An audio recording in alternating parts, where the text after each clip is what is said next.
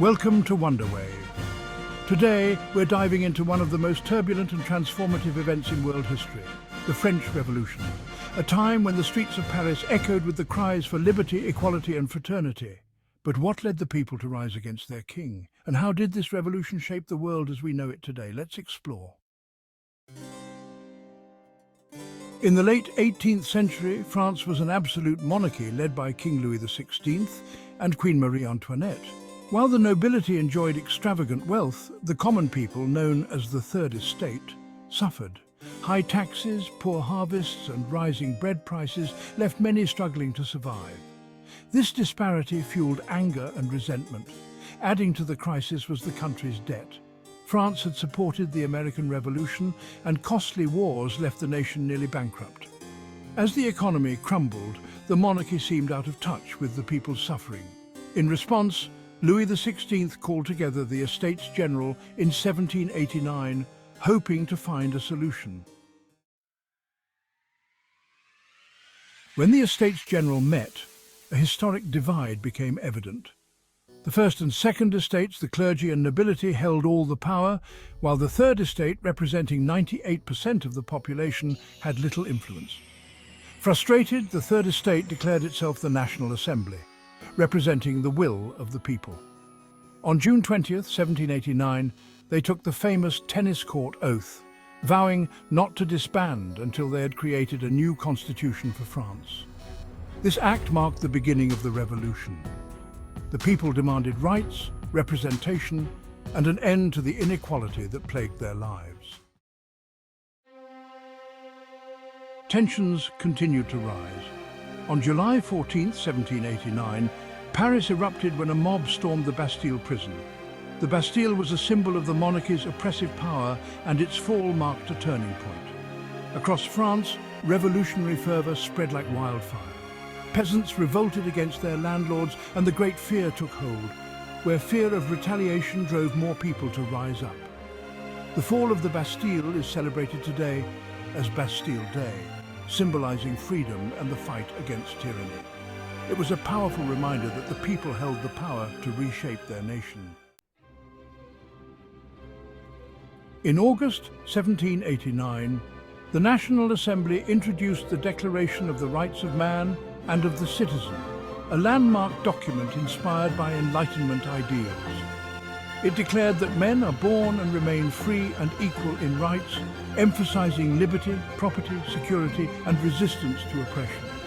The declaration was groundbreaking as it challenged the idea of monarchy and divine right, promoting the concept of a government based on the consent of the governed. However, these revolutionary ideals didn't extend to all, and women in particular were largely excluded. The revolution was far from over. In October 1789, thousands of women marched from Paris to the Palace of Versailles, demanding bread and the presence of the King and Queen in Paris. The royal family was taken back to the capital, effectively becoming prisoners of the revolution.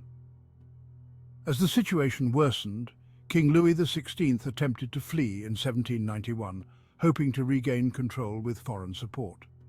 However, he was captured and brought back to Paris. This escape attempt shattered any remaining trust between the monarchy and the people. The revolutionaries increasingly called for a republic. By 1792, France was at war with neighbouring countries, and revolutionary fervour turned radical. In 1793, King Louis XVI was tried and executed by guillotine. The revolution had taken a dark turn, leading to the infamous Reign of Terror led by Maximilien Robespierre and the Committee of Public Safety. The Reign of Terror was a time of extreme violence. Thousands were arrested and executed for suspected counter-revolutionary activities. The guillotine became a symbol of justice and fear, and no one was safe from suspicion, not even former revolutionaries.